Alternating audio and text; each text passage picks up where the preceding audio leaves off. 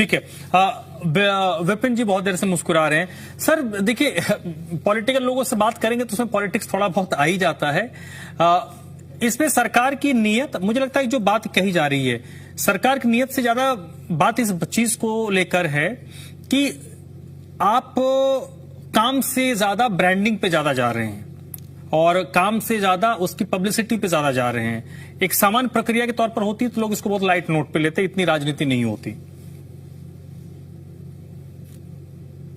जी धर्मराज जी, आवाज आ रही है आपको? बिल्कुल आ रही है सर जी। देखिए, मैं दोबारा उसी बात से शुरुआत करूंगा कि दो पहलू होते हैं हमेशा।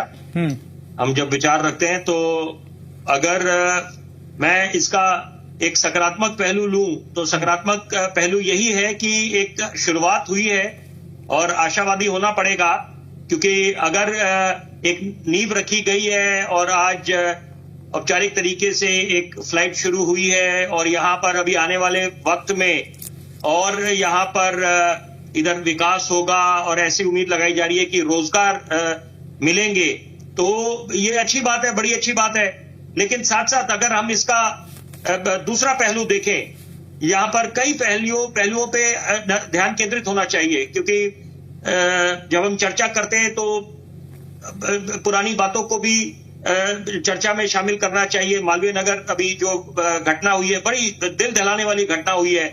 हम एक तरफ बात करते हैं कि मेडिकल टूरिज्म को बढ़ावा देंगे, मैं तो बड़ा हैरान होता हूं बतौर पत्रकार धर्मराज जी कि, और बड़े ये दुख की बात है कि यहाँ पर मीडिया में भी उस बात की चर्चा क्यों नहीं हुई कि हम लोग एक तरफ जब मेडिकल टूरिज्म की बात करते हैं कि मेडिकल टूरिज्म डेस्टिनेशन बनाएंगे हिंदुस्तान को, तो वहां पर जो मेडिकल टूरिज्म वाले पेशेंट्स थे, जो भी इलाज के लिए आए थे, उनके परिजन जिन्होंने जान गंवाई, तो ये क्या इससे हमारे देश की छवि पे असर नहीं पड़ता?